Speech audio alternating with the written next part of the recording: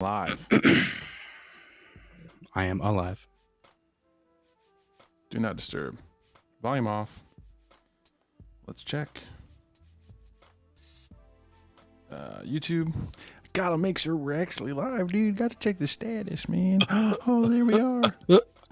You asshole. Now let's make sure the chat's working because it often doesn't. Poopy boopy. Okay, good. Great way to start off. This is the one thing I don't understand about Restream is that I made an event that starts at 6, so people can get in at 6 or like a little earlier and start chatting, but I can't see those chats until we actually go live. Yeah, what's the point of that? I don't know. It doesn't make any sense, dude. That's what I'm talking about. Okay, that's fine. All right, well, the chat's on now. So everyone else that does say something in the future, it will show up there. Somebody turn the Welcome. background music off. Welcome, everybody. Live stream has begun. Fans off. I'm recording. You're recording. And here we go. Okay, kids, let's go.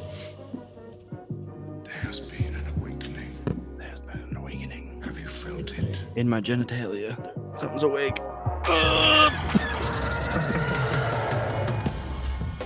Do you feel it? What have we here? Do you feel it? So funny. Hello. I feel Ow. something. Holy shit. It ain't C3 penis face and R2 dickhead. Hello there. Looking? Found someone you have, I would say. May the force be with us. Fucking A. Good day, Galaxy.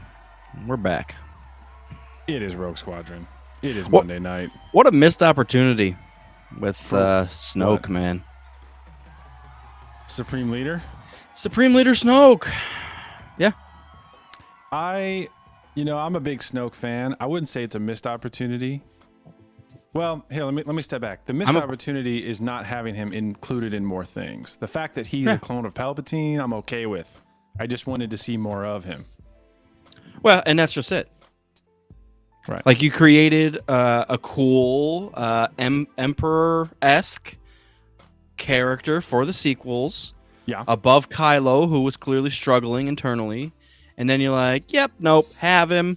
And by the way, he didn't even matter anyways because he was a failed clone. You're like, dude, what?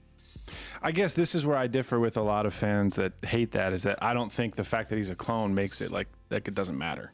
It makes it. It's yes. not like a dismissal. He's in my not an mind. individual. You take away everything. His story doesn't count almost anymore because he's not even himself. Like he's a Palpatine. He's a failed Palpatine. So it's like, okay, you basically just threw a watered down, melted face. Well, he was already melted face probably when he was cloned. Maybe that's. I don't know. Somebody tripped over the cloning chamber and smashed his face in. I don't know. Well, I guess agree that's with the question. I agree Bar. with. Well, I there's no question. I agree with the. I wanted more too. Regardless of the clone stuff, if we got more of him, I think I would feel better about him. But Well, I have a question, is what I mean. go ahead. So he's a clone of Palpatine before the Palpatine that we see in Rise of Skywalker actually comes back. So does that mean it's actually Palpatine's like essence and conscious in Snoke? So that's when we see him in Force Awakens, that's Palpatine's brain like talking to Kylo? Right. So from that point of view, I think that Snoke did have a bit of individuality. Sure, in the same way the clones were all individuals. Yeah. But how much does that matter? You're right. It may not because you have your own experiences, but a cool backstory of like Snoke checking in with Exegol and trying to get orders, and then Palpatine saying, do this and do this and do this. And then Snoke's like, no, I think I'm just going to take control of the galaxy because that's what you would do. And then that's what I am, and I am you, but you're not me, and you're not controlling me, and I'm going to do that. Because I'm not you. But in fact, in doing this makes me more like you. See what I'm saying? Fulfilling my destiny of being you. God damn it. By not being you. But that would be a mindfuck story. It's just like Snoke or Palpatine's giving his clone orders, and the clone is like, Nah, I think I'm gonna go over here instead. Well, it's not that crazy to wrap your mind around because the clones do it all. The clones give When themselves it's, orders, when it's and just Palpatine, I feel like it's a different level of sure, clonage. sure. Well, the other thing to ask is, was Snoke genetically modified as far as aging process? Because if Right. not, he's been around for a while. Right. A long time, actually. We should look into how old Snoke was in episode 7 and 8. Long time. I can do just that actually with the powers at our disposal. What's it called? I think Wookiee Dickia? Wikipedia? WookieDix.edu. .edu.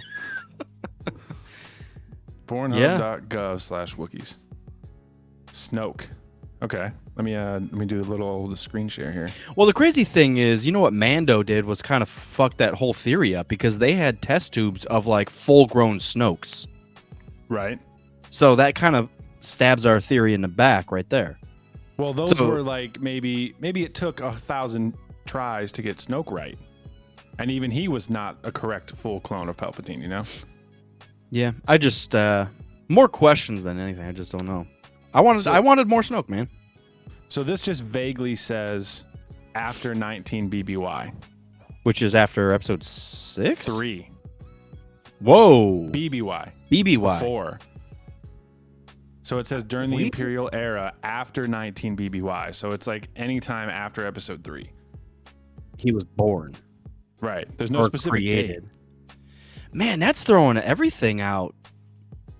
Well, yeah, Because now, in like, Mando, they had test tubes in Mando. So, like, did they just have him in a test tube for 20 years, growing and maddening? yeah, that's a fucked up way to phrase that. Because Mando is like 7 ABY, right? Yeah. 7 or 8 or something. So it was like 30 years almost. A 30-year swing of when Maybe Snoke... the facility. All right, so because they found the facility in Mando, it doesn't mean like Snoke had Right. just been born. You know what I mean? Those could have just been all of the failed experiments have just been sitting around for a decade. Well, the other thing is you create Snoke. Clearly, he's fucked up. Let's keep doing our experiments and trying to advance the technology. But we'll work with him with what we got. So Right. no, I still want to see more of him. And the Kylo Yeah. comics. I know your always argument is, oh, just go read the fucking comics. It's like I have, and there was nothing there. There was really nothing there. It was on some jungle moon, and that's about it. It's not my argument. How do I phrase this? I don't make that argument because I believe that's how it should be. I just make that argument because that's what Disney has. That's how it is. forced us to do that. So No, I get it. Yeah. Speaking of Kylo, wasn't there there was a fan-made movie teaser I recently? didn't see that. It was called like The Knights of Ren. Oh, I think so. I King saw of someone Ren or share it. something. Man, was it good? Yeah. Yeah, dude. It looks like it looks like a legit movie trailer, but I think it's a fan-made thing. That reminds me, and we'll get back to details on that, but that reminds me of that let me pull it very up for you. adult trailer for the Power Rangers thing that we watched on YouTube probably like 4 years ago now, 5 years ago. Well, wasn't that like an actual like whole short film, or was it just like a trailer? I think it was more of like a fan-made short, but it was by someone more official. Yeah. Because there was like murdering and blood and everything, and it was like, geez. Daco, what's up? Welcome to the chat. Welcome, Daco. I think actually maybe it was you that shared this in our Patreon chat, Daco. I can't remember. But so what I'm seeing here on YouTube is it's called The Knights of Ren, a Star Wars story. And of course, everything says leaked official trailer Disney Plus. I don't think it is. I haven't looked into it other than just watching it once. I don't think it's real. But let's watch it anyways. The reason I don't think it's real, let's just click on this. Because it says official? I'll turn the sound off and we can just watch it. The reason I don't think it's real is because it's presented as if somebody saw it in theaters and filmed it on their phone. And I was if this was actually played before like Spider-Man or something in movie theaters, like it would be everywhere. Yeah. So this is obviously like fan made, I think. But let's take a glance here. It looks pretty cool. If you're not watching the live stream, just go to YouTube and search up The Knights of Ren and it'll pop right up. Yeah, what is this like fake movie theaters looking screen floating. It is very weird. I mean, somebody who has money with friends like could have just got a movie theater and like played it. Is that Played this who is that supposed to be? MP4. Kylo? I can't really even. I can't tell if it's Kylo or if it's supposed to be like the leader of the Knights of Ren. Ren before Kylo Yeah. takes over. Jacob. Because that was Ren. probably one of the most interesting parts about that Kylo Ren comic line. Yeah. So Who they were before Kylo, yeah. yeah, Ooh. Now he's dual wielding. He's got a dope helmet. I mean, he looks like he's like a fucking Lord of the Rings. He looks like the Witch King from Lord of the Rings, which is cool. So, I mean, it looks, for whoever made that, well done. It looks cool. Yeah. But For how still- short it was, you still struck a fake. chord. I mean, Yeah. something that Disney can't do. Oh! No. Oh, I wish I had an air horn soundboard right now. God damn it. Yeah. Yeah, I mean, I think that's the one thing. Well, I won't say the one thing, but out of the sequel trilogy, people, even if they hate it, I think a lot of people still dig Kylo Ren. Yeah. Well, and it's just the other we just talked about the potential with Snoke. And the potential for Knights of Ren. I mean, I feel like they played them up, and then in 9 they're like, "Wait, shit, we haven't done anything with these guys. Well, let's have them capture Chewie," which is like kind of a decent idea. And then the fact that they just let Chewie live, I was like, "Oh, well." And then I mean, the they fight gotta against follow Ben. orders, you know? Yeah, do they? I mean, they're the Knights of Ren. They seem like quite the rebellious eviltons. So, I don't know. Shinobi says it was a fake, but a cool one. Yeah, understandable. I like it though. I like it. I like the idea. I think, I don't know, Adam Driver, out of anyone that was in the sequel trilogy, I think seems the most like artsy and devoted to his craft. Yeah. So I don't know if he would ever necessarily return to Star Wars, but I could picture, I think we probably actually brought this up, but like, I bet you 2028, if not sooner, there's going to be an episode 10. And Rey is going to be back. She's going to be older. She's going to be a legit Jedi. And then maybe we actually will finally get all new characters because all of the old guys will be dead. I guess it all depends on how everything kind of crumbles down. Like what's going on. Well, obviously they talk about they talk Great about imagery. they talk about Thrawn in Mando. Like if Thrawn's still kind of running some crazy shit, if Thrawn lived through episode 9 and like saw this as an opportunity to be like, nope, this bitch is mine now. I've been waiting. I've been, fighting against the First Order for my own power and I think that's great. Or we can go in a completely different direction and do some type of like Darth Krayt stuff. I mean, that's an opportunity. I mean, I think originally Krayt was a Jedi like alongside Anakin in the Clone Wars, so that's kind of a stretch if he's human. That's a long stretch. Into hiding as like a Tusken Raider and shit, doesn't he? Something like that. Yeah, I never read any of the books. I think I probably watched a YouTube video, to be honest. I don't really remember much about Krayt.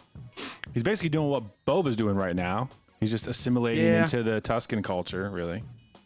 I don't know. So I think for a new Star Wars episode something, I feel like they do have to kind of revisit the formula of like giant galactic issue. Yeah.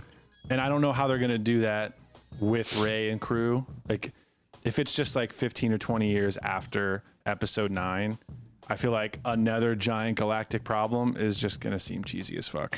Well, but I'm for something outside of the galaxy coming in. True. You don't have to be Yu Zhong Vong, but make your own story wrapped around that type of idea.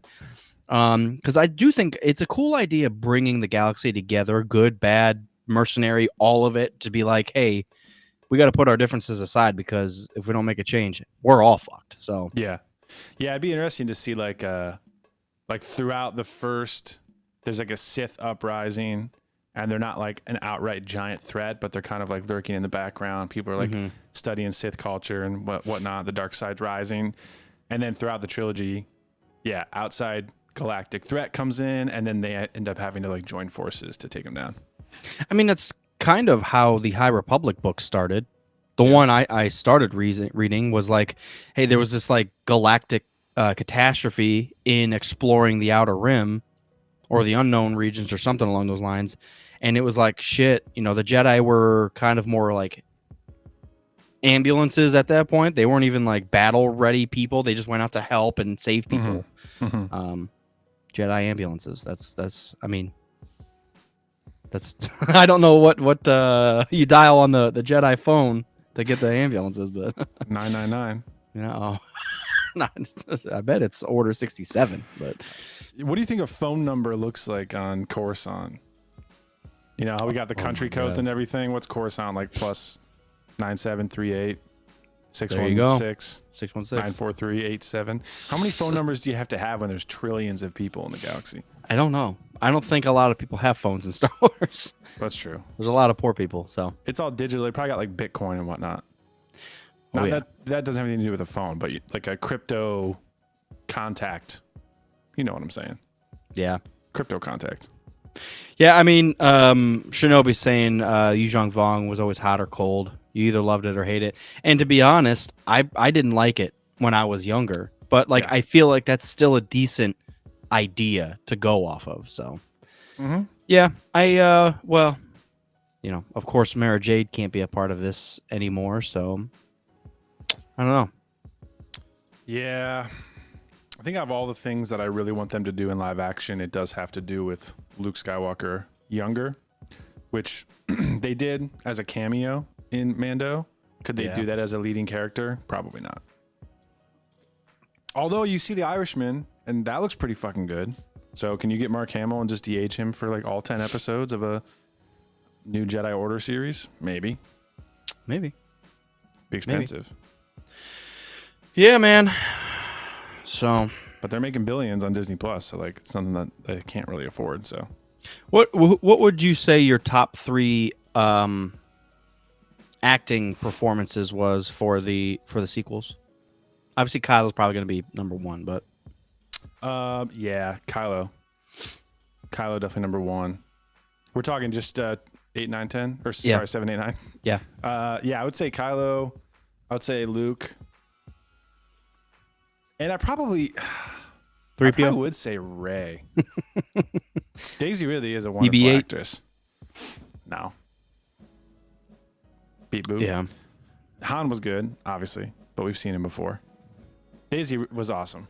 Poe and Finn were great. I love the characters, but like it wasn't like outstanding, It was just like solid. Yeah.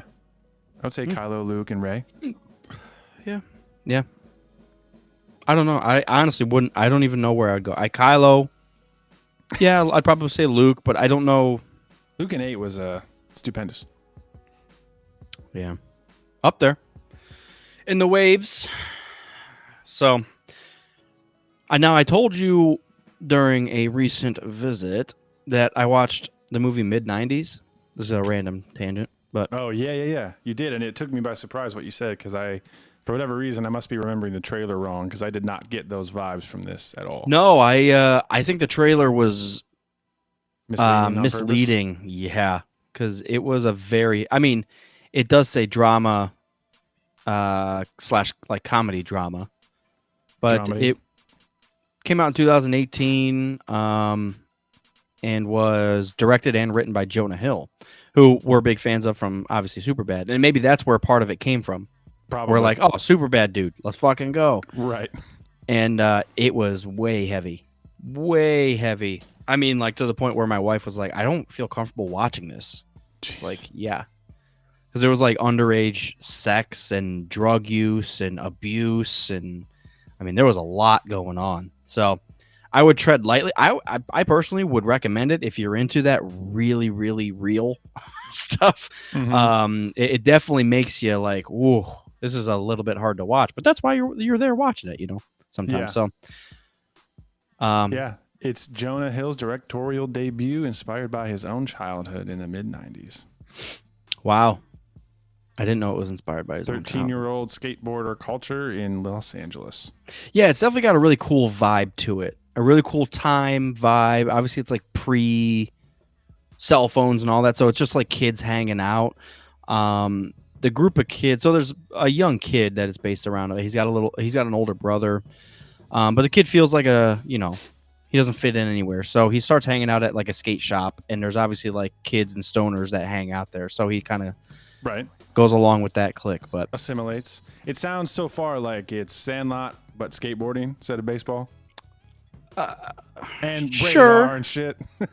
Sure. Well, I mean, nice on the little surface, coming yeah. of age, trying to learn or trying to get friends and run around town before you had cell phones and you actually had to go outside and do stuff. Yeah. It's kind of the vibe I'm getting. Definitely a lot darker, like I said. I really enjoyed it, but I will admit there was times I'm like, oh, what the fuck am I watching? It was like because it's even a short movie. It's like an hour 20, so you're like, oh, we'll just bust this out. And I've been interested in watching this for a while. We turned it on. I was like, help me, hold on. So no, I recommend it, guys. It's fun. It is on my list. I had forgotten about it because my list gets longer every episode, basically. Yeah, it was one of those that I bought for it was down discounted like $5 on Xbox, and I was like, I gotta buy it for $5. But it was. Do you know how good and again? Great acting, by the way, for kids. I was blown away. Right. There was never a point in the entire movie I thought this is kind of awkward because of the acting. Jake Lloyd wasn't in that movie. It really, I was captivated the whole time. Good. So it was great, and I had no negative thoughts on the directorial side or the writing. Like I was just along for the ride. It felt really natural. I'll say. Go ahead. Nice. Yeah, it sounds good. I was just gonna say, obviously nothing to do with the content or anything, but do you know how good an hour and 20-minute movie sounds these days? No, it's a good point, and I didn't even know it was that short when I turned it on. So it was kind of a nice. Yeah, you're right. I don't know the last time I saw a movie under 2 hours. It's been a couple of years probably. Yeah, everything's long, and I asked for that. I just watched Lord of the Rings over like the Christmas to New Year gap. Always the extended versions, and those are obviously like 4 hours each. So I'm always a fan of that, but once you do that over and over again, it is nice to just kind of like hour and 20, hour and 30. Let's just get the story. We're out. We don't have to like stay up until midnight to finish the film, right? Yeah. I caught up on the rest of the Marvel stuff that I had been missing. So I think I was down to just Eternals and Black Widow, and I watched both of those since. Oh, you watched Hawkeye too? Oh, you did it backwards. I watched Hawkeye when it aired. Yeah. Yeah. Okay. And then I had to go back and catch up on the movies. Yeah. Black Widow, like you said last week, it was cool. Solid, nothing crazy. Yeah. Straightforward. I felt like it was a standalone. You could watch Black Widow and not know anything about Marvel and be like, oh, this is a family who was like. Yeah. Kind of thrown together, and you get it. It just makes sense. Yeah. Except my wife kept asking why she was on the run because she has never seen Civil War. She's seen probably like half the Marvel movies, I think. So like she's got bits and pieces that she's like trying to fill in the gaps. There's a lot of content to even string along. Because when you say that, I'm like, she was on the run. I mean, I didn't even think it would like you needed to ask that question, I guess. Like, I felt like the movie could stand alone. You didn't have to worry about her being on the run. She's obviously in trouble for something, Spy characters on the run, exactly. It's every spy movie, like whatever.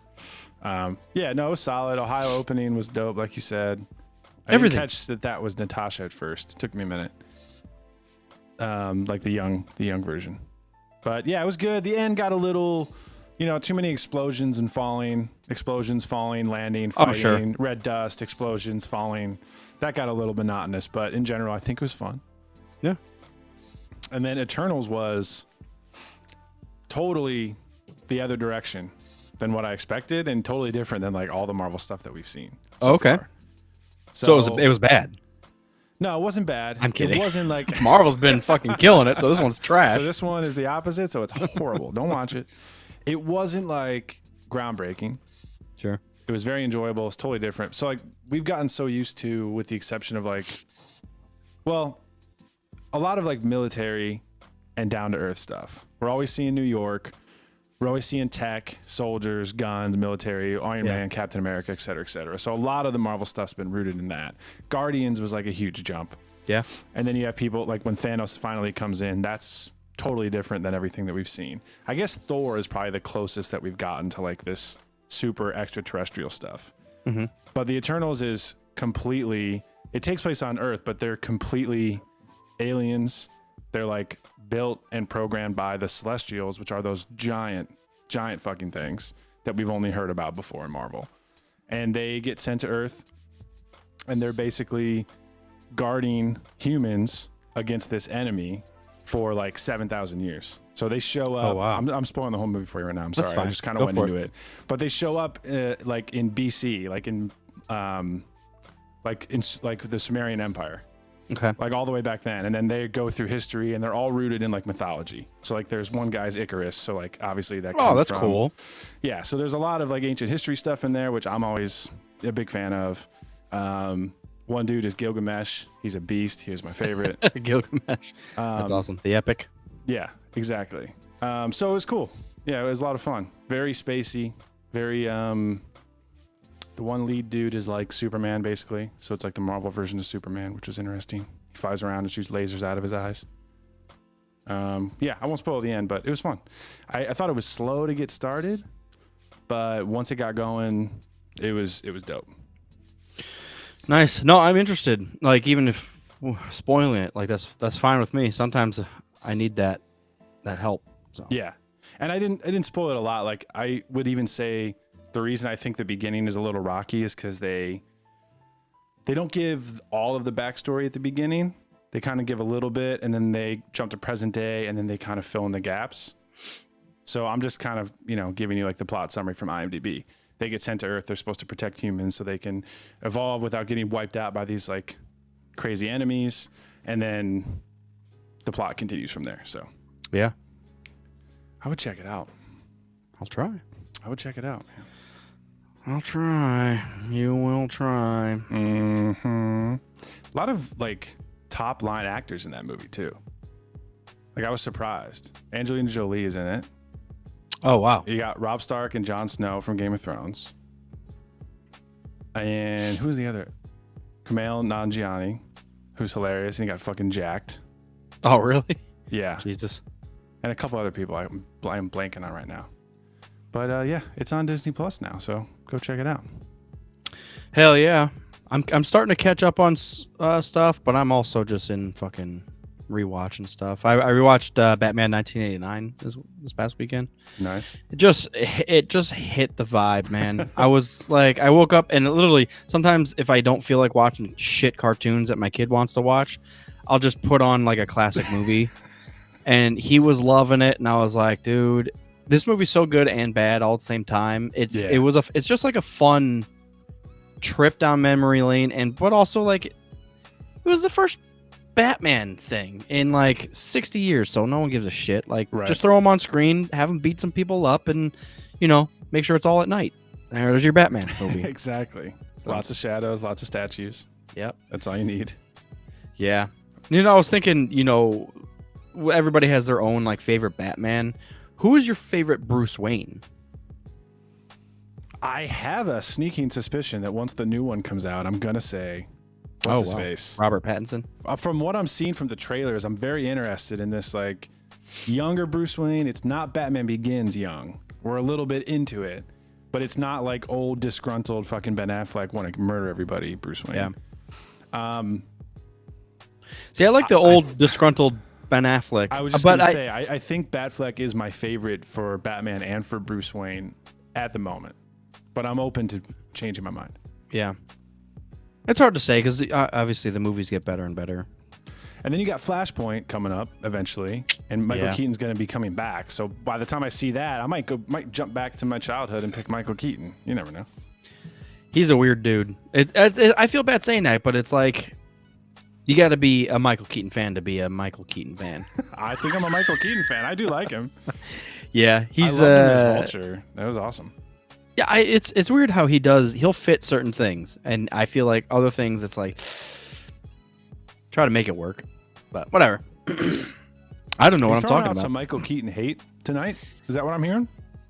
I won't stand for it. Well, Didn't you just watch Batman? No, and it is one of my favorite Batman. Like, what's your top 3 favorite Batmans? Or like, because Batman yeah, themselves or the movies? movies. Yeah. I mean, I'll answer that for you. Gonna be Batman, yeah. not in order, but Batman vs Superman, Batman Returns, and Dark Knight. Yes, that is true. Good job. Yeah. You're welcome. Now let me guess yours. Batman vs Superman, Batman 1989, and Dark Knight. Maybe. Yeah, I mean, most likely. It's just the childhood one is just the only one that's different, really. Yeah, and it's funny because our childhood ones, they're so similar. They're Right. just, yeah. I like the Joker. That's all. It is. God. Jack Nicholson, Ridiculous. is ridiculous Yeah. as He's the insane. Joker. I mean, ridiculous, good and bad. I mean, there's some Yeah. scenes I'm like, whoa. Mhm. Try again. but you know, I'm just like that's it almost makes He's more putting it out it there, makes, man. It makes the Joker even better because you're just like, you know what? There are no rules for the Joker, so I have no ground to stand on to complain like Jack Nicholson as a whatever. It's Yeah, it makes you a little unsettled. Like, should he be acting like that? yeah. Like, is everything that forcefully as a joke? Like you Yeah. zap some dude with your hand, and then you're like, but it is the Joker. He probably would kill somebody in front of his other minglings. Like, Oh, fuck yeah. him. Oh yeah, absolutely. Yeah, that's pretty good. Yeah, every time I watch Batman Returns, so obviously Danny DeVito's Penguin is disgusting. That's So true. That's one thing. Those are equal opposites. The Jack Yeah. Nicholson Joker and the Penguin. Yeah, they're like, Yeah. oh God, what am I watching? But also, all right, I'm for it. Right. But every time I watch it again, I'm just like, Mom, how did you let me watch this when I was 4 years old? Oh yeah, Like, Dude, when he's Catwoman is like super sexy in that whole movie. yeah. They're talking about banging. She's eating it's ridiculous. I'm like, I must have Man's been getting scarred. hot and bothered just thinking about it. She's wearing that thing and eating the stuff. And She's skin tight leather suit. She says Yeah. yummy a whole bunch. She says meow a whole bunch. She kicks people with her heels. She's wearing fucking heels and she has a whip. What the hell? the whip does. That is like a random like. Why does she have a whip? She's total dominatrix mode. Why? But Bruce seriously, Wayne's here for it. who said let's give her a whip and someone else said perfect, I got it. Does You're she, like- she has a whip, right? In the comics? Yeah. Oh, I don't know. Isn't it's like the cat's tail then maybe. Oh, why though? I just made it up. I think dog tails are more of a whip. Yeah, that's true. That's true. I don't know. Knocking shit over. I'm I not don't know. Bob Kane. I don't know what the fuck he was writing I'm back not- then. I'm not Back a in the dom- 40s. He's I'm not a high. Dominator. I don't wear the leathers. Is there any part of you, as we look at the new, the new Batman, are you annoyed that they're reusing the same villains that we've already had in live action? No. Or you don't give a fuck? No, I don't get. You know how I am with the Joker. Do it over and over and over and over. I love the story, and I love seeing different iterations of it. I think it's fun to see Catwoman again, and if they can really knock it out of the park, because I don't think the Catwoman in Batman Rises, I was like, she's fine. I almost don't even remember her. Exactly. It was I remember forgettable. Bane. I remember Bane from that movie, and then she was just kind of like a side character who broke into a safe, and you're like, Yeah. oh, okay. And Weird. Ra's al Ghul's daughter, right? Ra's al Ghul's daughter. She was almost like the main female villain because she Yeah. fucked everybody over, and you're like, oh shit, yeah. Yeah, I don't know enough about the comics to really care, so I'm down. I just didn't know if like Batman fans are like, let's get some new villains on screen, please. Mm-hmm. Yeah. Whatever. No, it is kind of a. I mean, it's a good point. Like, could they bring out new villains in a Batman realm? I feel like there would be an outrage. So I don't mean brand new villains. I do though. Like, well, I just let's mean walk down ones that that- path. You know, I'm glad you brought that up because as I was watching Marvel, I always go right to YouTube and watch a recap and like an Easter egg thing after I finish a Marvel movie. So they were like, this is how it went in live action. In the comics, they pulled it from this. This villain is usually has this origin story, but they adjusted it slightly. And I'm like, how often does Marvel come up with brand new stuff? And would they put anything in the MCU that is totally brand new? Well, not that's from the anything. thing. I feel like Marvel has been around so long, and there's so much to choose from, and so many. Like, why not pull from there? I'd be curious to know like the last time, comics or otherwise, there was a brand new character. Well, what about you just said it? What about in Spider-Man, the Falcon dude from the Michael Keaton? Was he a new character? Oh yeah, you don't remember Vulture from the cartoons? No. Yeah, Vulture's already been there. Oh. I don't remember what his powers were, so they might have adjusted that he like builds his wings instead of like Weird. I don't remember. Does he like have wings? Does he grow wings? I don't know. I suppose the other one to look at possibly would be X-Men. I'm sure they might have thrown in some random X-Men or Yeah. X-Men villains. That's easy. That'd be an easy one, right? Because that's a whole group. Yeah. Yeah, because that. Yeah. I don't know. It's a good question. Brand fucking new again. Snoke. Dude. Snoke was the last time, and everybody hated it. When the X-Men show up on screen, people are gonna lose their fucking minds. I'm gonna lose my mind. I'm gonna so fucking lose excited. my mind. That's it. That was for how much I don't like, or I would say don't appreciate more. The Fantastic Four. Like I liked them as a kid, and then it kind of just fell off hard over the past 20 years. Mhm. But if they can do it right and bring in X-Men and do that shit, dude, I'm on board. Yeah. I'm on board. Throw some Johnny Quest in there. Fuck it. Fucking Ben 10 in Marvel. Let's go. I don't give a shit. Why not? I must have seen something back when I was a teenager. I don't know why I have this fixation of the Fantastic Four. Because it was before the movie came out. But I must have. They had like a run in the comics or in the cartoon where they were with Spider-Man, right? It was like Spider-Man and the Fantastic Four for a little bit there. I don't remember that. I must have watched that. I remember watching the show because I remember really liking the Thing, but I really don't remember specifics. So you could be right. I don't know. Yeah. Something hit me though, and I was just like, yeah, I love the Fantastic Four. Out of nowhere. I don't know. It is. So- Yeah, you do have a weird because you like the Flame guy, Human Torch.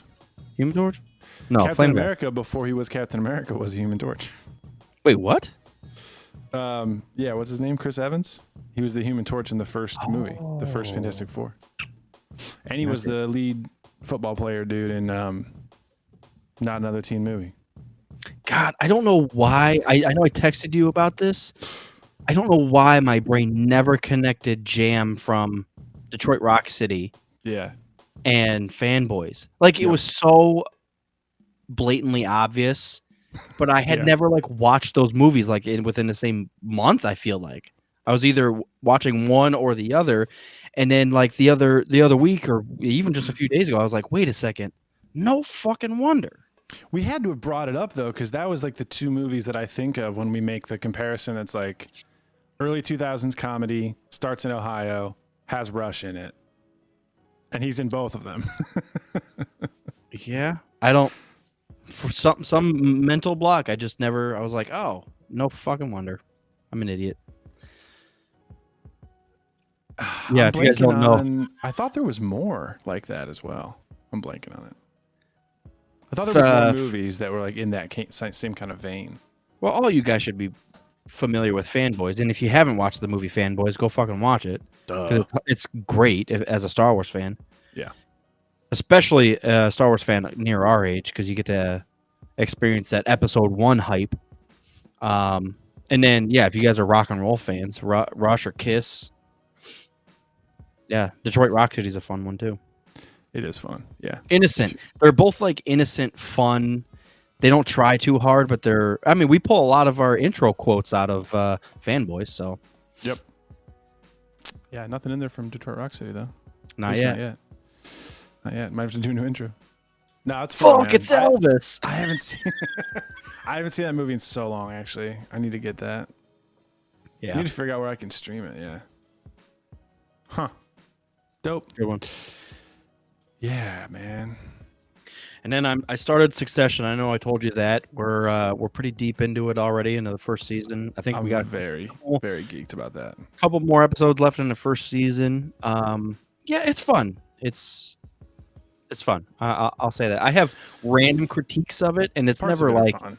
it's never like terrible critiques. It's just like, oh, I knew they were going to do this because they're just building drama everywhere. So just the logical next step. But yeah, Succession's fun and awesome. just dramatic as hell. Everywhere you look, there's some type of tension. So it only escalates. Yeah, it doesn't stop. We just finished season 3 just ended like a month ago or like 2 months ago, and yeah, it literally crescendos all the way through season 3.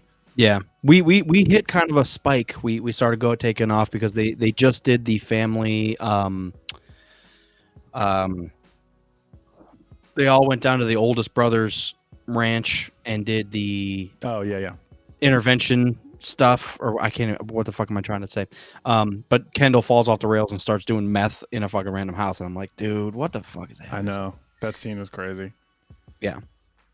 Well, enjoy, man. Keep me posted. Text me and Tommy Boy as you progress. We're huge fans, and I think I've seen the first 2 seasons 3 times.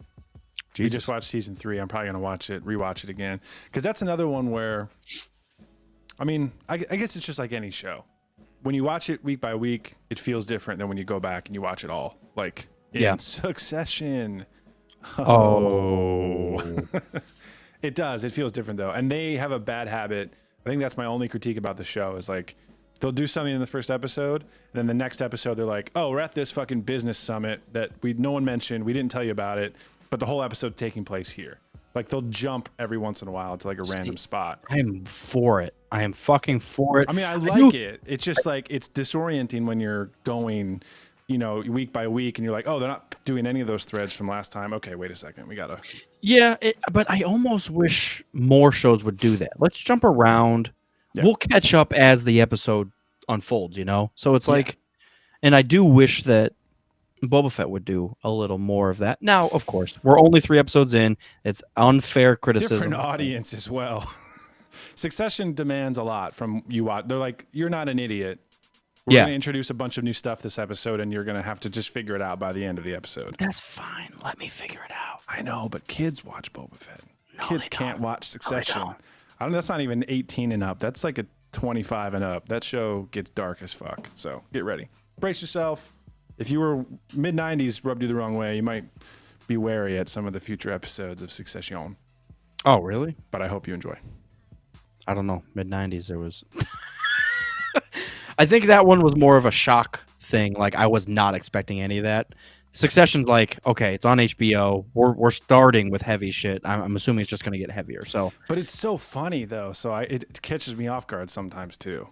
It's hilarious. Yeah, it's hilarious. I think Tommy Boy was actually the one that was like, it's like big time corporation satire almost, because everything's just to an extreme, but they're just living it out, and you're like, of course, this is what a family running a huge corporation would be like, and they play to all those factors and then stretch it. Yeah, I like it. It's fun. So it is awesome. If I had more hours in a day, I would start back Game of Thrones, but because it's just like I feel like we're already on our way out, even though we just got dumped on with snow. I feel like we're on the tail end of starting to climb out of winter already, so it's like, right. It's our like first snowfall of the year, and it's almost the end of January. Yeah, we're midway through January already. So, yeah, I feel you there. Every time I get that urge, I play a little bit of Skyrim here and there. It's true.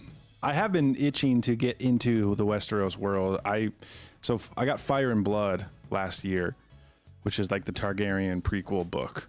I had never read it, so I picked it up a couple weeks ago, and it is good, but it's written like a history book, which is a totally different style for me. Yeah.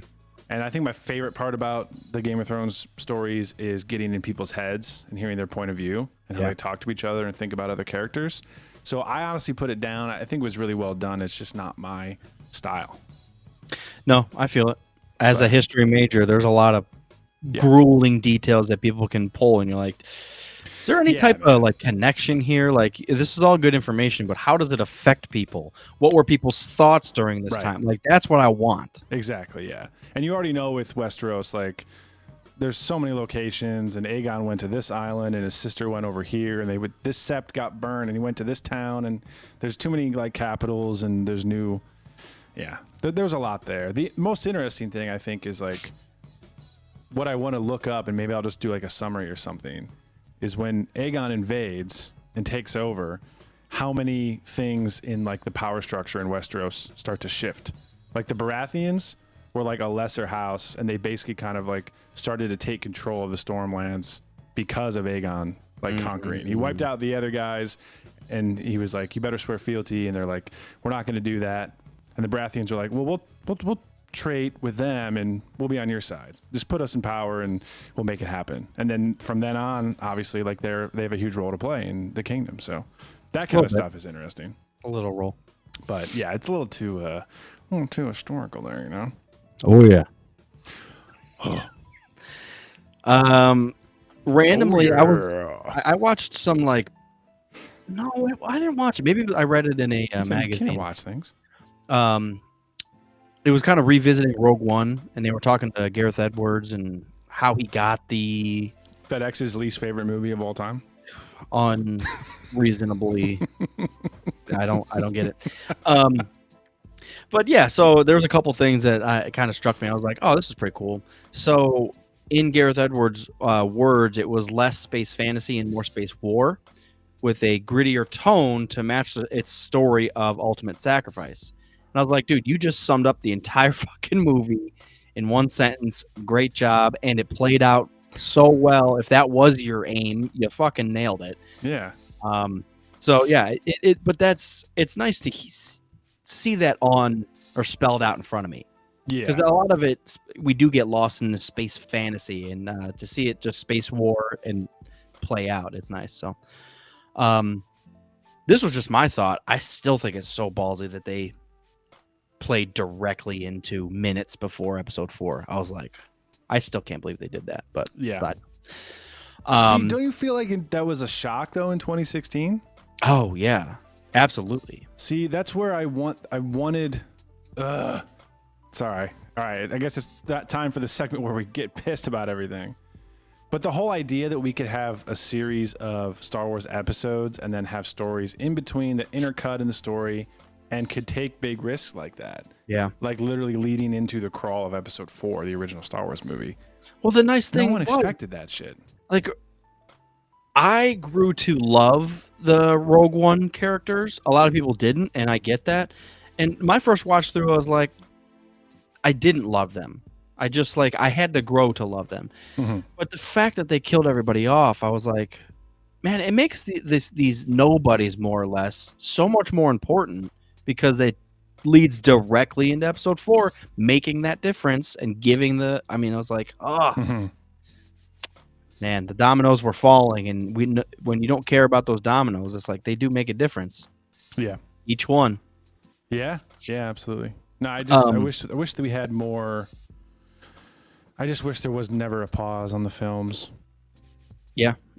Such a bummer. I hope this pause is worth it. With them, it's well, you know what I'm saying. I know. So we'll talk about it. If they're gonna pause, you better come out with some fucking blasphemous, you know. So well, here's something to think about. I'm going to compare it to Marvel again. I know we do that all the time. Sure. But the Marvel content that's come out in the past year and a half hasn't been the big greatest hitter thing of all time. They haven't been big hitters. Yeah. I guess the question that I want to ask is, do you keep making content knowing that there's going to be a lull and that content is just going to kind of be part of the lull? Or do you just kind of go dark and come back with fucking swingers? No, why can't you do both? We can't go dark and then not go dark at the same time. Well, but it's different content. We haven't seen big movies from Marvel.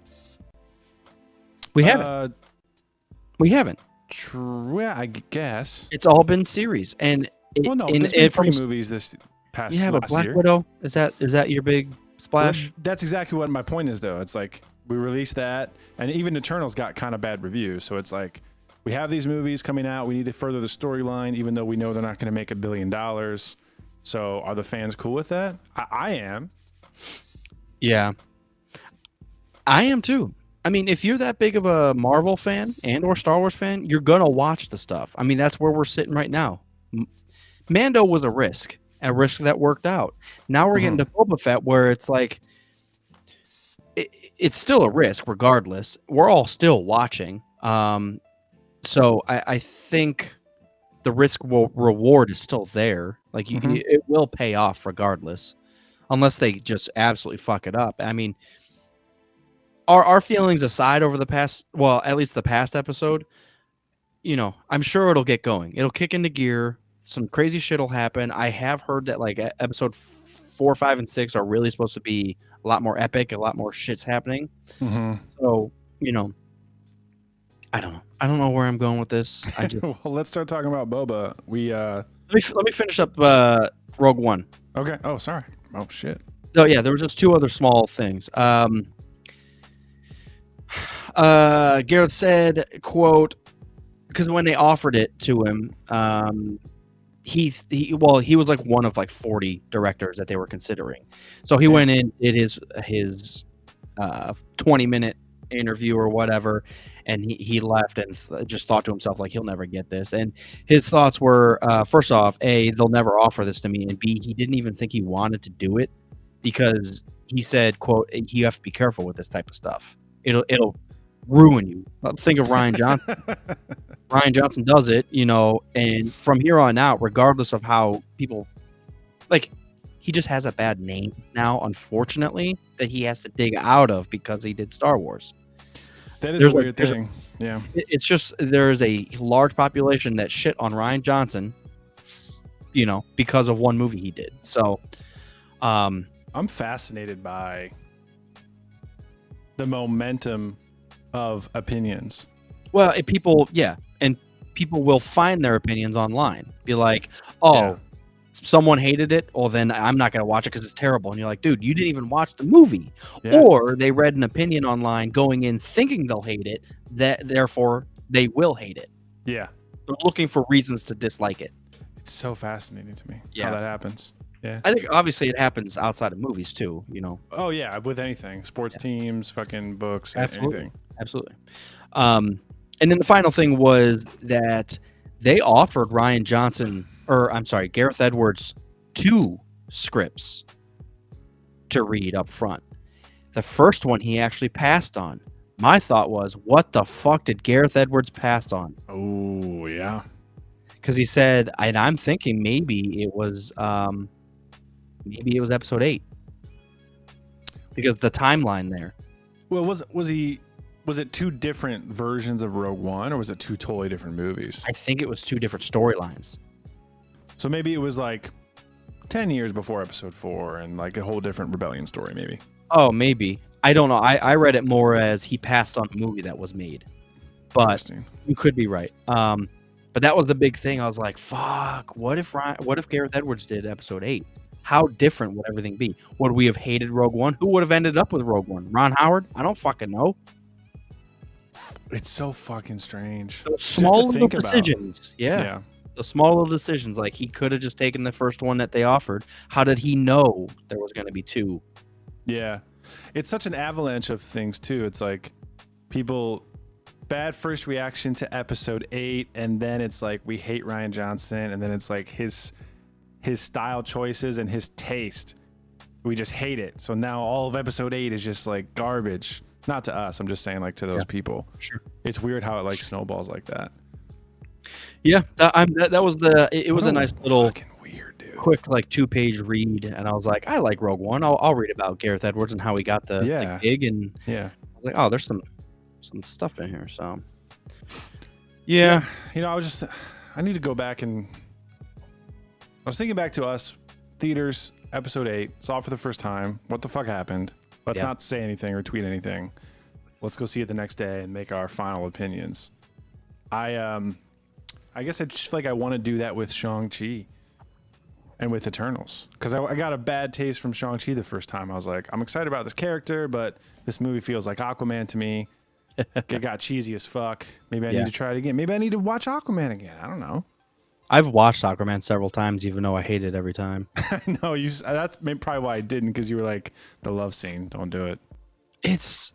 There's so much good and bad, but to me, I feel like the bad outweighs the good.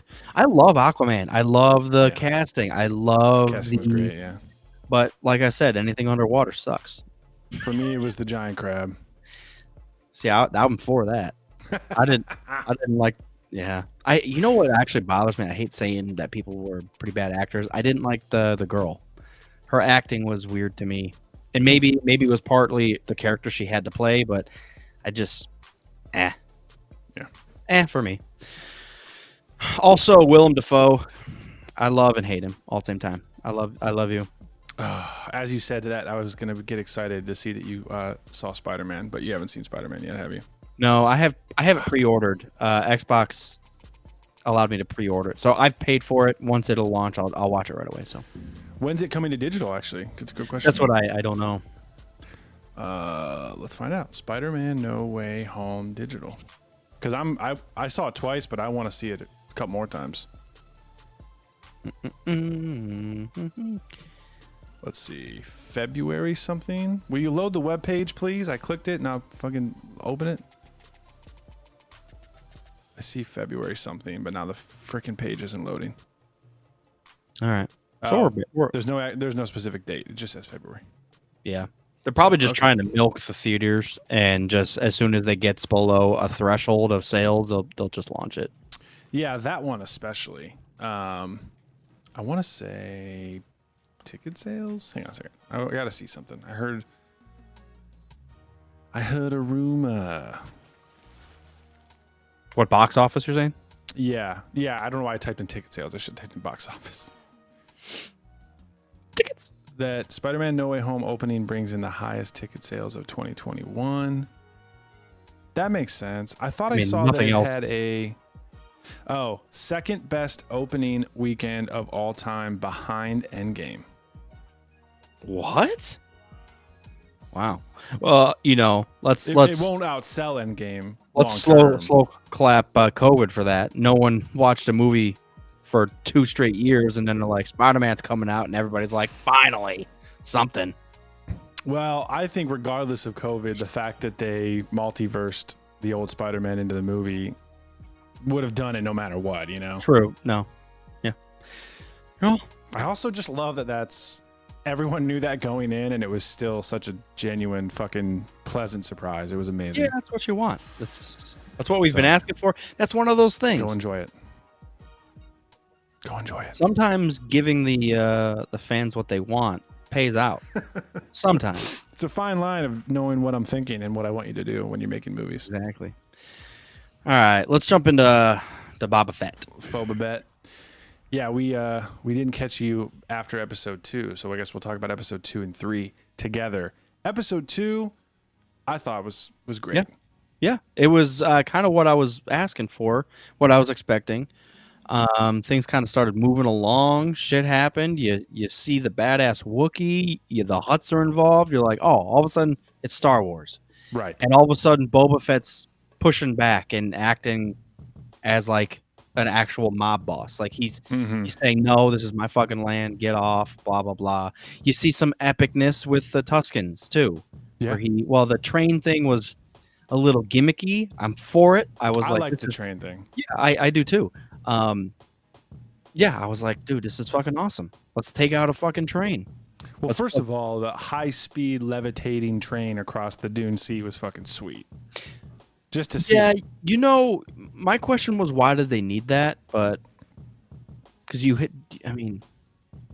why is there spice on Tatooine? Why are you flying spice to Tatooine, then transferring it to somewhere else on Tatooine? I was a little confused at why a train is needed. I guess I see what you mean. Why don't you just fly? Why? Well, if you're gonna make if you're gonna make a pit stop on Tatooine, why not just go to the port that you need to go to? I don't know. But like put all half that on aside, Mos Espa and half on Mos Eisley and be done with it. Right. Yeah. But all that aside, I don't need to know, and whatever. It was fun. I felt like it was a natural. It was very Native American-esque, where these spice runners came to this land and took it over and were killing all the natives, being Tuskens, and it was like, oh, this just makes sense in my head. And Boba Fett's fighting for those people. So capitalism moving its way through, ruining everything in its path. It's cool to get the Pikes involved. Yeah, there was some nice touches like that. Like that's the strings I like pulled. Like Pikes, it's like, oh shit, we get to see the Pikes in action. Right. and see what they're doing and how they're affecting people. Not just like, oh, that's Anakin's pod racer, just in case you want to do this. Both are good. Sometimes. Both are good. But yeah, I felt like, you know what the second episode did? I felt like there can't be more to this episode, and it kept going. Mm-hmm. I felt like there was so many times I thought this is where it's going to end, and then it just kept going. I was like, Jesus. And I kept looking at it, like, oh, we're not even like 25 minutes in. This thing's still rocking and rolling. Yeah, I was surprised how long of an episode it was. Maybe that's why I liked it so much. Sometimes I feel like these things get cut short. I'm like, yeah, there's more detail here, and you're not giving it to me for some reason. Sorry, my mic's falling over. There we go. I was gonna look it up. Book of Boba Fett, episode 2. I think it was like 53 minutes or something. Yeah, that sounds right. And then the third one was like 38. It was pretty short, right? Ads.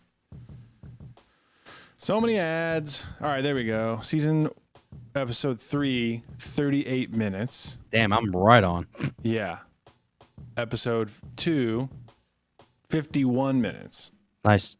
So why not just make them all 51 minutes? Well, if they made episode 3 51 minutes, I would have turned the fucking thing off. True. But, They shouldn't have made episode 3 at all. But they should make good episodes that are 51 minutes long. yeah, you know what I That's did? what I have to say about it. You know what I did though? Like, Yeah. episode 2 was great. Episode 3 not so good. But what I did is I put a bunch of general questions together that I was going to ask you. So instead of us just shitting on what we liked and disliked, what I did was I put these questions together, and it's going to be more asking you what we expected or what we still expect out of this. Interesting. So, Okay. a little twist, because I do think we just dog on stuff sometimes. So Can I shit on it after the game is over? no. Okay. Shit. Okay. So, and some of these are pretty straightforward. So, like the first one, did you think Boba Fett as a whole, the series, was going to be darker? Just darker themed, I guess. Hmm. Yeah, I mean, I guess even cinematography style, I guess I did expect a little bit. It is kind of very like bright and sunny. Mm-hmm. I know we're on Tatooine with 2 suns, but even the casino felt like the Tropicana.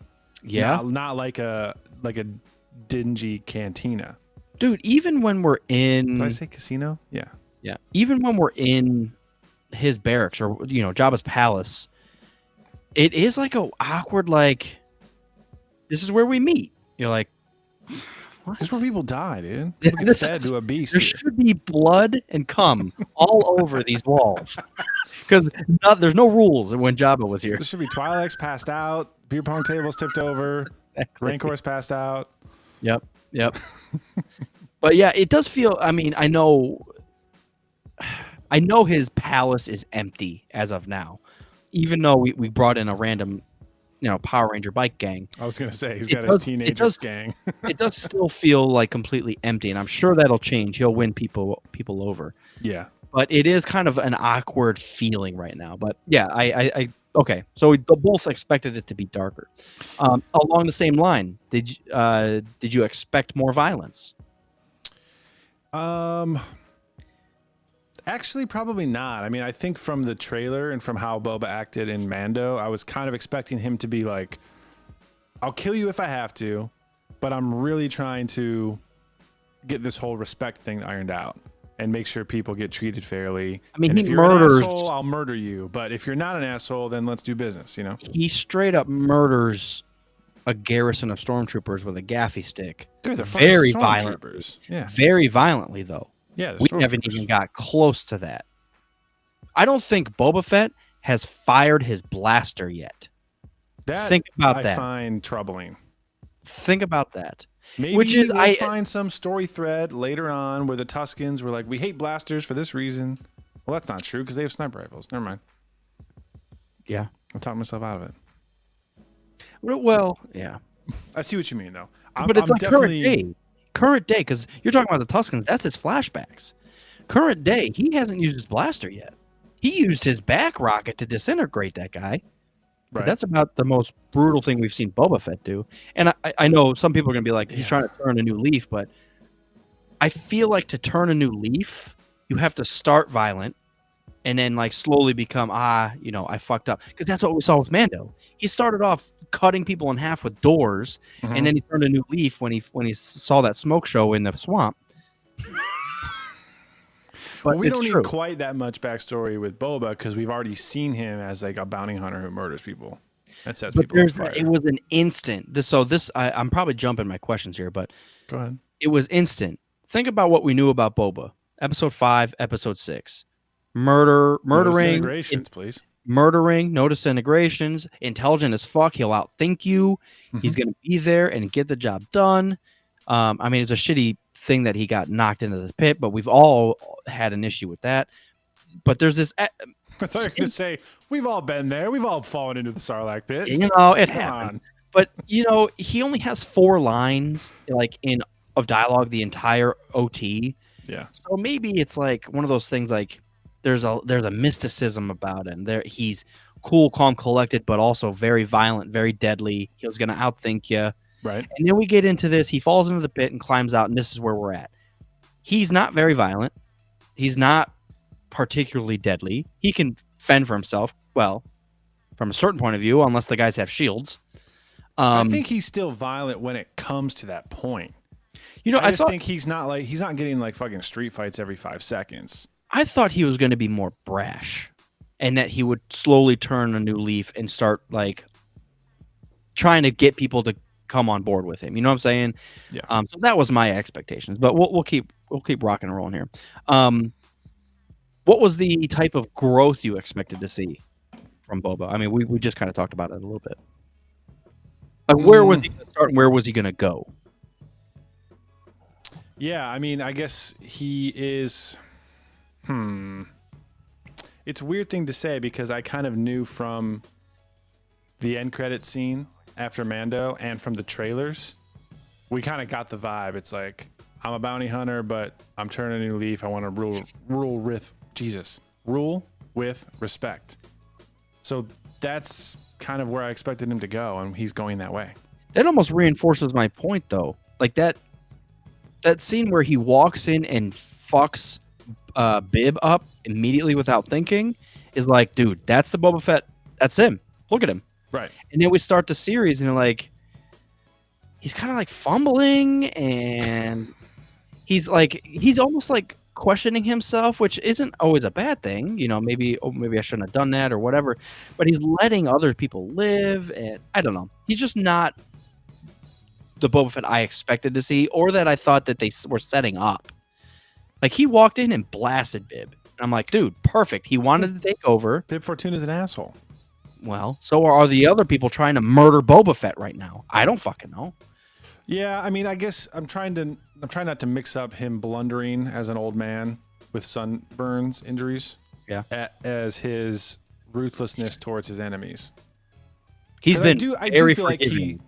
He's been very forgiving. Well, people sicked a secret agent fucking assassin group on him, and he's like, hey, who did this? Okay, we're good. Oh, it might have been the Hutts. We'll let the Hutts go.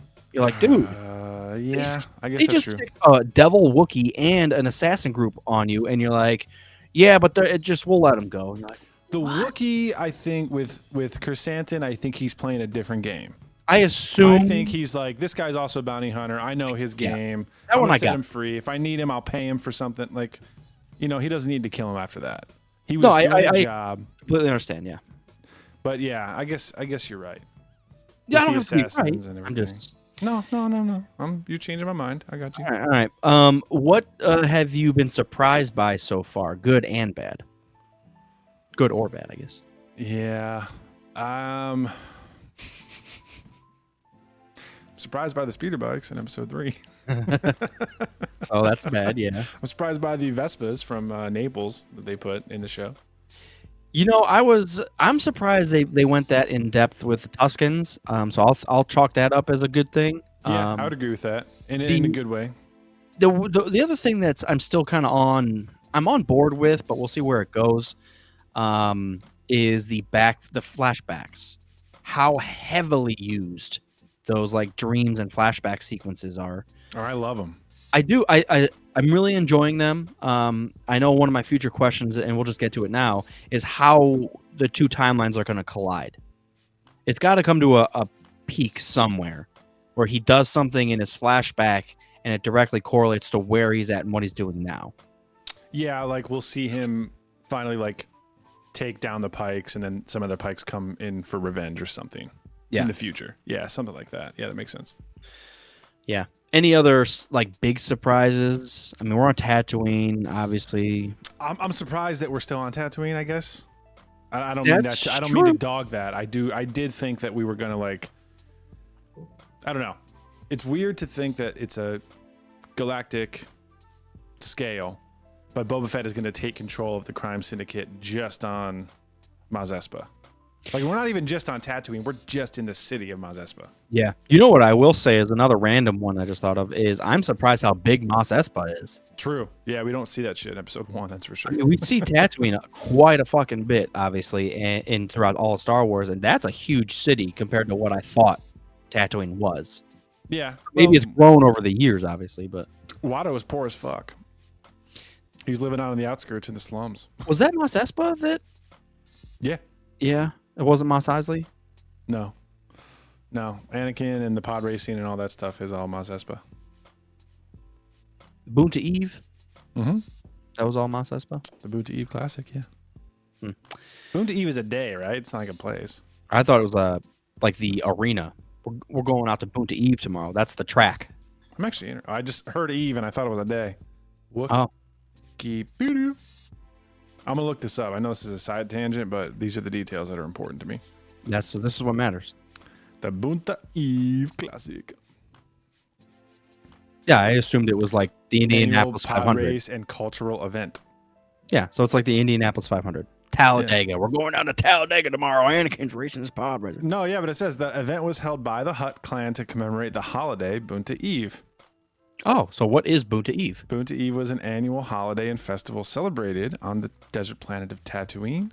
During the last decades of the Old Republic, it honored the rise of Boonta something something. I'll share this. I can't read it.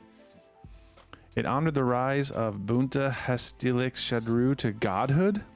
It's probably a Hutt. God damn it.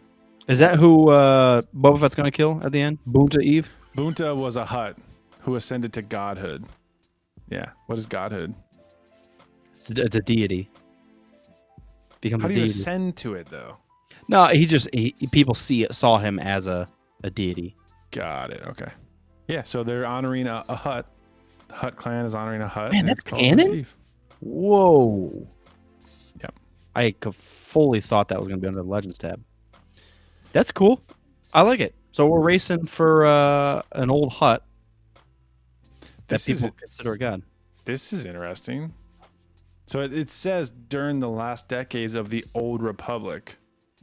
But if I click on Old Republic, it goes to like the main Republic from like the trilogy or from like the saga that we know, not like the Old Republic. That doesn't even make sense. Because in episode 1, that wouldn't have been the Old Republic. And Wikipedia actually also says this article is about the Galactic Republic, also referred to as the Old Republic. That You doesn't may make be any looking sense. for the New Republic. Their timelines are off. For other use, what? For other uses, see the Old Republic. Canon, the Galactic Republic. Huh. Old Republic era? This is so confusing. How did they do that on Wikipedia? Yeah, that something's not adding up there. Because you wouldn't have a Boot to Eve Classic before the Republic becomes the Old Republic.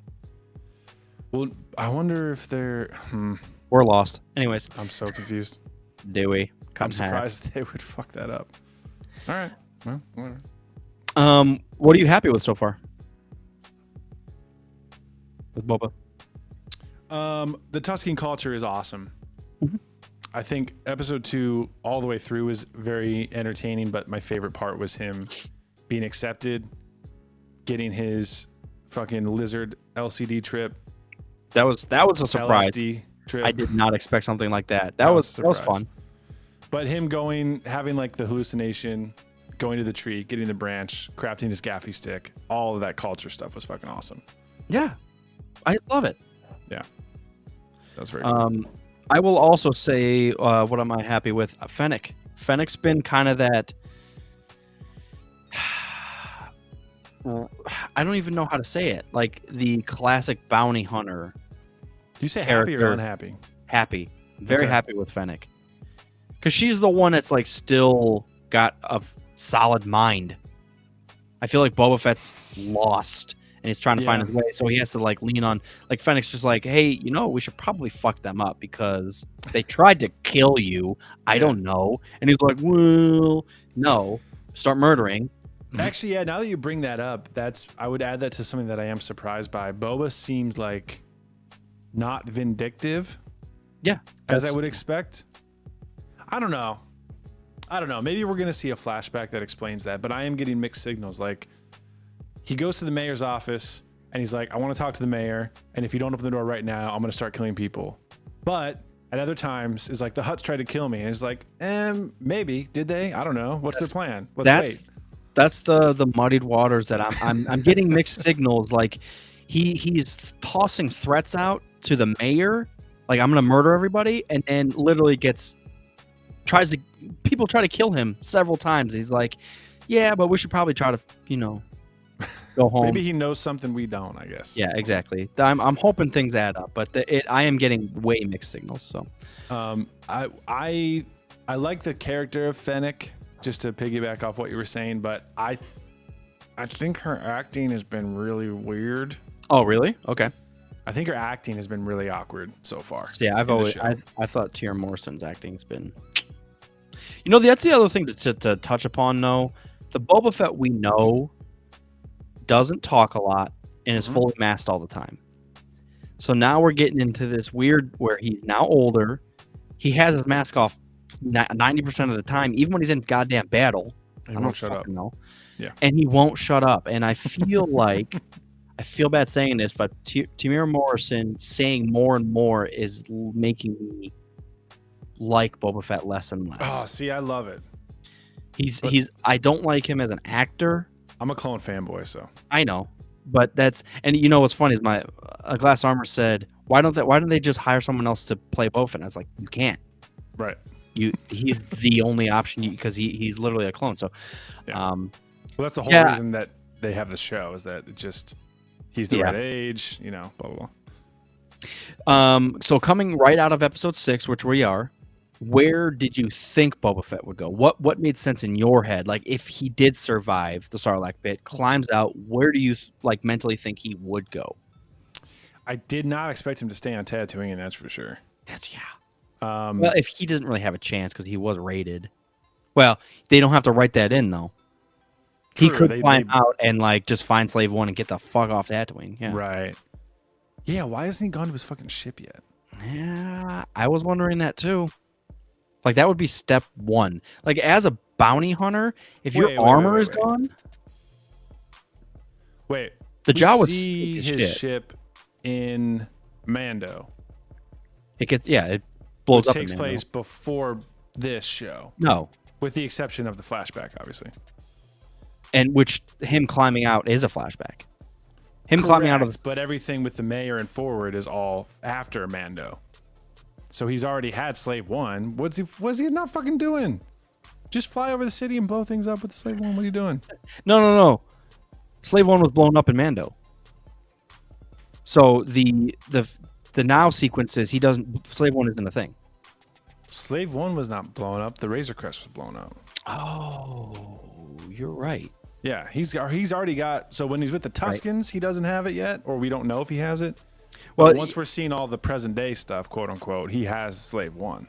Yeah, it's probably just parked in the palace, unless something happened to it, which we'll find out. But yeah, well, it's in the trailer, so he just hasn't fucking felt like flying around yet. He's out of gas. Well, and I think it makes sense, if you're climbing out and you've already been raided and you were left for dead, you have nothing. He was literally a slave for the first week with the Tuskens, so I get it. It's not like you have options. Yeah, I don't know. I guess you're back to your question about what would I expect him to do after getting out of the Sarlacc pit. I feel like I don't know. Once he learns that the Empire is now pretty much dead, and Jabba and all of his shit is dead. I honestly don't know. I think, or I guess what he's doing now is pretty expected. I guess my other options would be like, go back to being a bounty hunter, or go and try to track down some of the clones and see what the fuck they're up to. Yeah, I was trying to think of like who his enemies would be. I mean, Jabba's dead. I mean, that was more of an employer than like an enemy or anything. But like Han. yeah, that's what I was thinking. Is maybe he'd go attack Han or Chewie, or have some type of vendetta against Luke or the Jedi or some. Yeah, I don't know. That was more of just kind of open end. I don't know what I feel like it linear. It makes sense. He climbed out of the pit. He was raided. He's got to find his way off Tatooine. Hopefully, we'll get off Tatooine. It'd be very fucking nice to get off Tatooine. Why? The other thing is, why would you want to be a crime boss on Tatooine? Why don't you want to go any fucking where else? Boba Fett's seen the galaxy. Right, he has, and he has one of the dopest ships, and he knows his way around. And he's known for doing, like, something had to go wrong. I mean, him almost dying in a Sarlacc pit is a great opportunity for something to go wrong. But like for him to quit his profession, which he's basically number one in, like what changed? Was it literally just him falling? Well, the Tuskens taught him something different. Or was it him working for the Empire getting fucked over? Or was it Jabba dying? Or like, there's a lot of things that could have happened that maybe made a change in his. I mean, he literally changed professions. Mm-hmm. I don't know why you would, or maybe he literally the bounty hunter. He kind of gave himself a promotion, really. Yeah, but it's not panning out. Which he's new to it. Yeah. You're right. He's still going through training. How would you describe Boba Fett in the OT? In the actual OT, yeah, classic Boba Fett. How would you describe it? Forgettable. Oh wow. Okay, not. Which is so weird to say, because he's like one of the most unforgettable background characters ever in anything. He's the biggest unknown person ever. But if you just watch 4, 5, and 6, just he 5 is and 6, forgettable. not even in 4. It's like, oh, this guy's cool. Oh, he died. Right? Like literally, he's meant to be forgettable. But at the same time, like there's so much lore, there's so much like hype around just this cool looking savage behind the scenes. Yeah. I guess how would you describe his personality? Who he is and what he does? Like what are some words that come to mind? Oh, yeah, like stoic, calm and collected. He like knows what people are going to do. Yeah. 2 steps ahead. Yep. He knows where you're going, what to do, how to get you. I feel like he's good at like in my mind who Boba Fett was in the OT. He could threaten you and get information out of you to get the job done. Mm-hmm. He's going to outsmart everybody. My point is, okay, we've got all that in our head. Now, where are we with him now? This is literally weeks after. Mm-hmm. Weeks after episode 6. Would you say the same things about him? Is he outthinking everybody? Is he a little on edge and can murder anybody at any time if he wants to? Is he stoic? Is he... I mean, all these words that we had in our head of who Boba Fett was, I feel like I'm having trouble tying to him what we've seen so far. I would agree and say I am as well. But the reason that I was excited about the show, and I'm still willing to be optimistic until it's over, is I think he is a changed man because he almost died. Sure. And I think with him trying to turn over a new leaf and be in a new profession, things are throwing him for a loop like he didn't expect, just being a simple bounty hunter. And the mayor even says that. Yeah. He says flat out, it's like, this is not the same as just being a bounty hunter. So, so I agree that he's not living up to what we thought that he was, but it's for those reasons. And I think not what he was, who he was. Yes. I mean, even the characters in Star Wars. There's a reason Darth Vader chose Boba Fett to go find a Millennium Falcon, because he was number one. Well, I'm trying to get the job done. You find moments where he's still that Boba Fett. Yeah. I know the show's trying to get us to question Boba Fett. That's the whole point. Right. You've got me questioning. Good. Yeah. A lot. Yeah. And I'm willing to play it out and see what happens. Yeah, yeah. The fact that, and I said that from the beginning, the fact that the trailers weren't promoting him as this all-encompassing god bounty hunter that's just fucking everything up and he's winning all the time, I'm interested. You know what it feels like? This is going to be the point of the fucking day. We know who Boba Fett is. Number one. We know what he's good at. Yes. Bounty hunting. Yes. Let's look at Mando, how we start Mando off. What is he good at? Bounty hunting. What did we start him off doing? Bounty hunting and fucking killing. How do we start Boba Fett off? And you're like, the complete opposite. Right. He's the complete opposite of Mando at this point. Questioning everything from the very beginning. Mm-hmm. So maybe we're a little further ahead in the story because we already know he was a murderous bounty hunter from the OT. Exactly. So, yeah, I guess I'm legitimizing it in my head a little more than, but you know, I need to see that something come to fruition. Something needs to happen. Him getting a random Rancor does nothing for me, even though I like the Rancor. It does nothing. It was cool for me. to see Danny Trejo in Star Wars, but I'm just like, okay, I guess You know what that's fine. You know what 100% I wanted is I wanted him to get a beast, but not a Rancor. Something different, wild. He literally got a tamed Rancor that's just gonna like be his pet. And I was like, To I get it. echo off of your I hate the Anakin's pod racer speeder bike thing, I do feel like there is a lot of episode 6. Hey, it's episode 6. You're in Jabba's palace. He had a Rancor. There's the pit. You have the button's still there. Mm-hmm. The throne moves. Look at the droid. Hey, the Rancor's back. There's huts. Yeah. It's a lot of just like fucking episode 6. Remember? I mean, they're on 6? point. They're on point. If that's what they're trying to do, I mean, everywhere But you too look. on point. Like it's over the line, you know? Sure. Yeah. Yeah.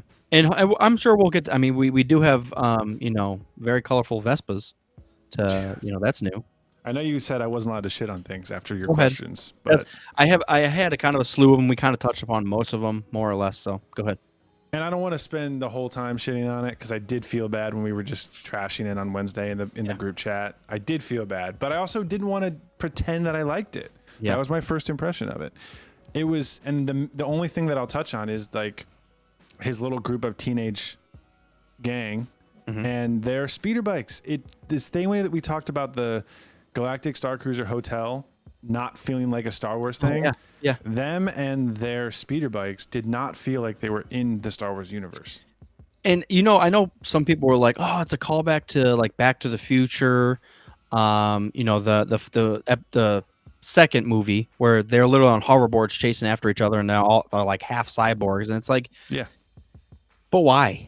This isn't Back to the Future. This isn't Back to the Future. No, exactly. Like Star Wars has always done well when it's calling back to like westerns and like samurai films. Yeah. Not Back to the Future. Yeah. I know. I get it. Power Rangers of Boba Fett. Yeah, that's how it felt. And I think what made it worse was the chase scene felt so low budget and so cringy in the action. It did not help. Like you could have made it like okay in my head. I could have wrapped my head around it, be like, okay, this is kind of fun. The chase is okay, but it just was such a bad scene. The chase was so bad. It was so bad.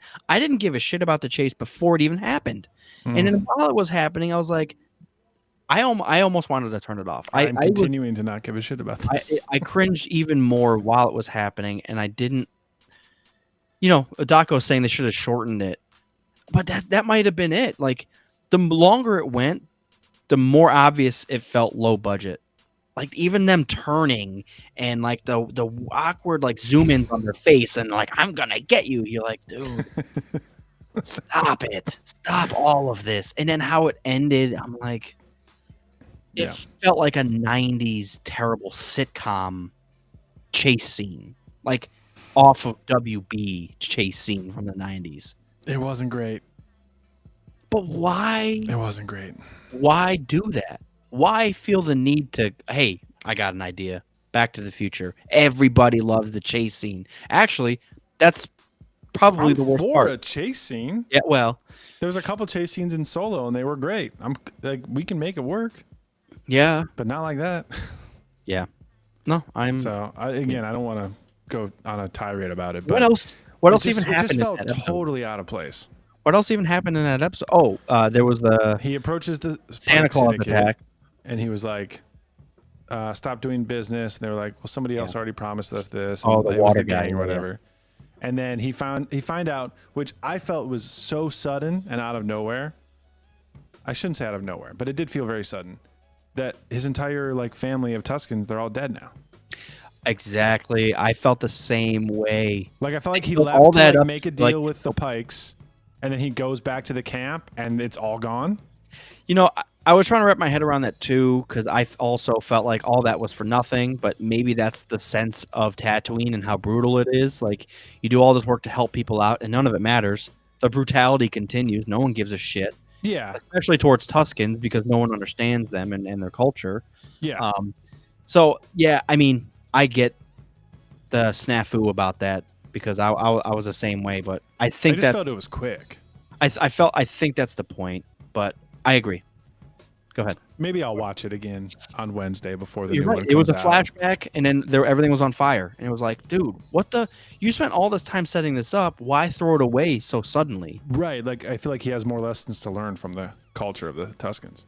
But again, maybe that was his spark in his mind. Like, I got to help these people out, and he did, but nothing changed. So maybe he needs to get that higher level mob boss Yes. to make the change. So maybe that's Yes. where we're leading. So Seeing Boba in all black on a bantha was fucking awesome, though. I will say that. yeah. Yeah, man. I don't know. I think I'll try to rewatch it maybe before the next episode, just to see if I was. I don't know if I'll try being that. Too much of a shitter, but There wasn't much at all. The Wookiee attack. it's a weak episode. The- Oh the yeah. The Wookiee attack was like, oh, cool, something's happening. Like he snuck in. He was an efficient Bounty hunter. bounty hunter hired by the Hutts, and it's like, dude, all this makes sense. And then it was so awkward. Even the fight with the kids, the children, they didn't even power up their Zords, and you're like, why? Why even have the Power Rangers on your Zorro. team? Why even have the Power Rangers on No, your team? you're right. I think I actually like almost jump scared, like gasped Yeah. when he's doing the flashback and all of a sudden he just rips him out of the back to tank. That was fucking sweet. Yeah. But the scene before that, Boba was like, hey, these kids don't owe you anything. I'll give you $3,000, whatever. Fucking leave them alone.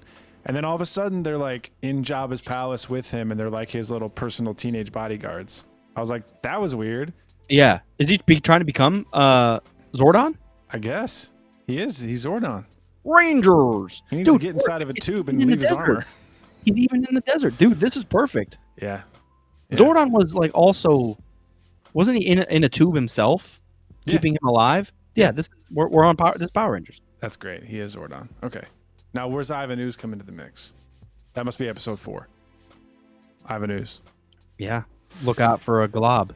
I hate critiquing fight scenes because I know we were hanging out with our buddies and watching some lightsaber duels, and I was fanboying over the episode 8 duel at the end, and everyone was like, well, not everybody, but a couple people were like, fucking 4 guys, like all the Praetorian guards are just standing around. This is like a lame fight, blah blah blah. So I don't want to like over critique it, but I do kind of feel like a brutal Wookiee bounty hunter should have just ripped open the back to tank and just choked him, and he should be dead.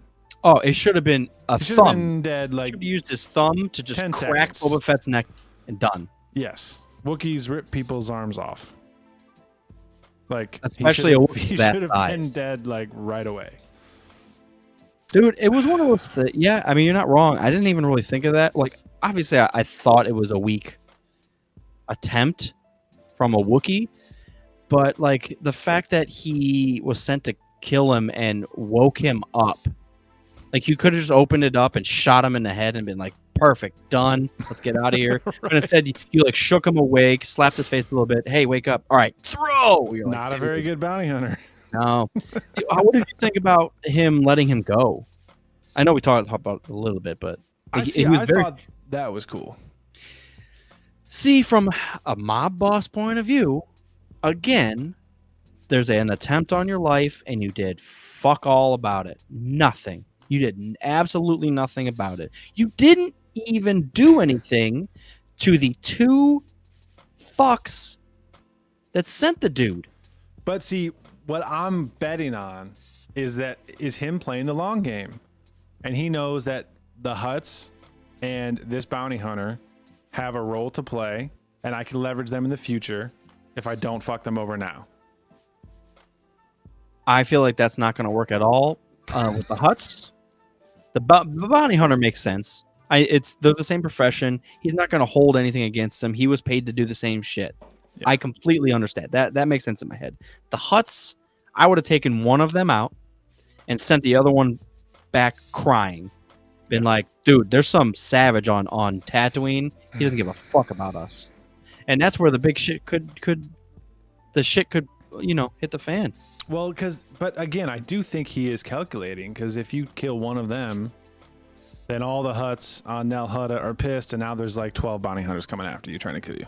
They're already bounty hunters and assassin groups and Power Rangers after you. Ivan Ooze's next. The Power Rangers are the one I'm worried about the most, and then Rita Repulsa is going to come around the corner. And yeah, that's the whole point, Shinobi, is, yes, killing a Hutt. I mean, from a certain point of view, let's see, Jabba's dead. Right. And the Hutts haven't done anything to Princess Leia. The Hutts haven't done barely anything to take Tatooine back over. It's like a forgotten land. So if they come try to take your land, you killed Bib Fortuna. You got to defend it. I don't know. Well, I'm sure it'll all play out. I think it will. I think it will. In my head, I want Boba Fett to make a mistake, and it feels like he hasn't yet at all. I think they're. Is that weird to say? We're 3 episodes in, and I feel like Boba Fett hasn't made a mistake. I mean, I think they're slow playing us.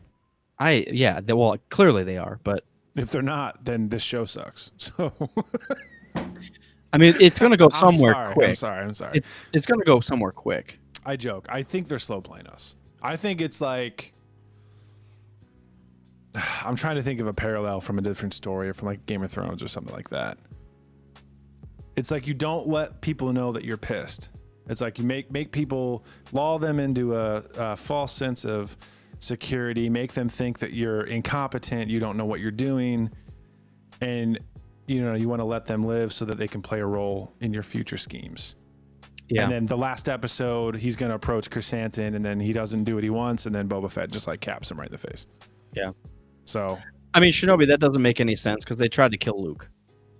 So they were ready to go to war with anybody.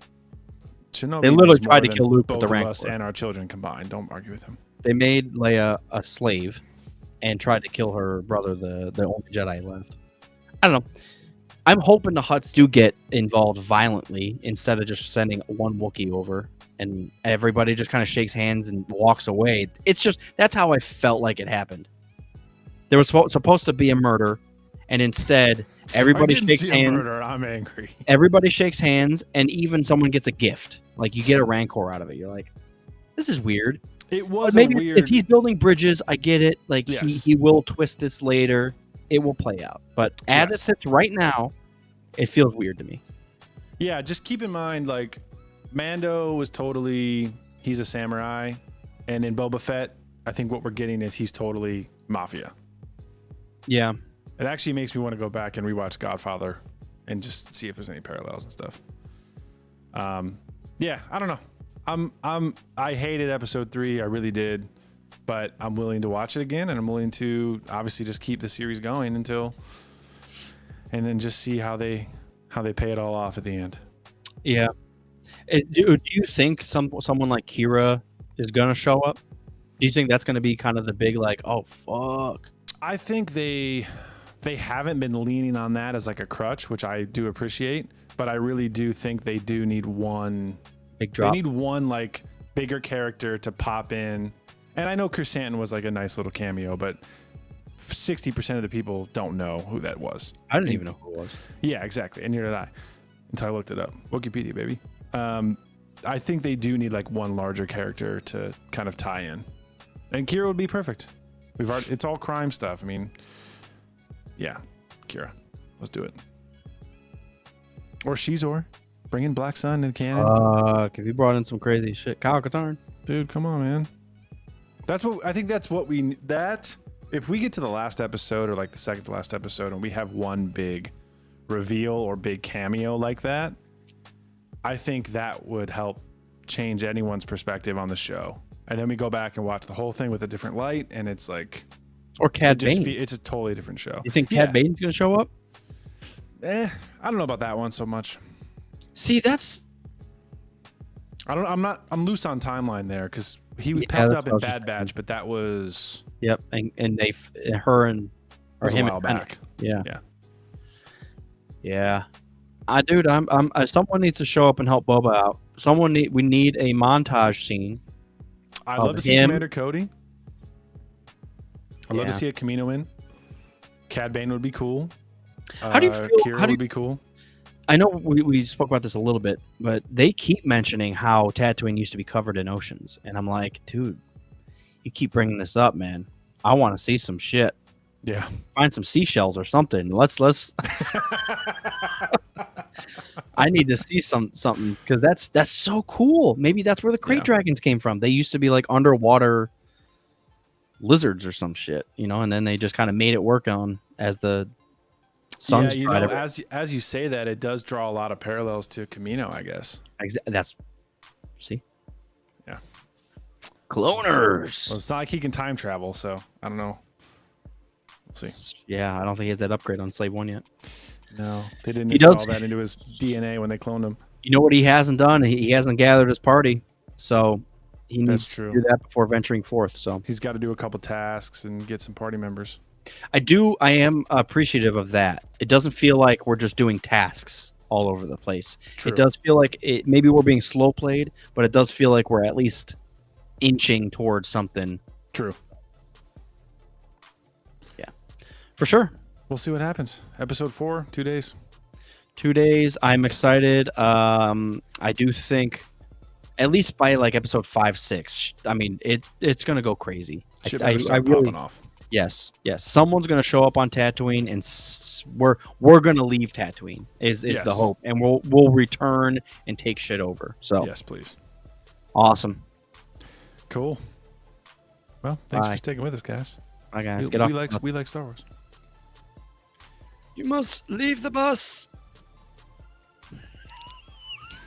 The bus? My name was the bus driver today.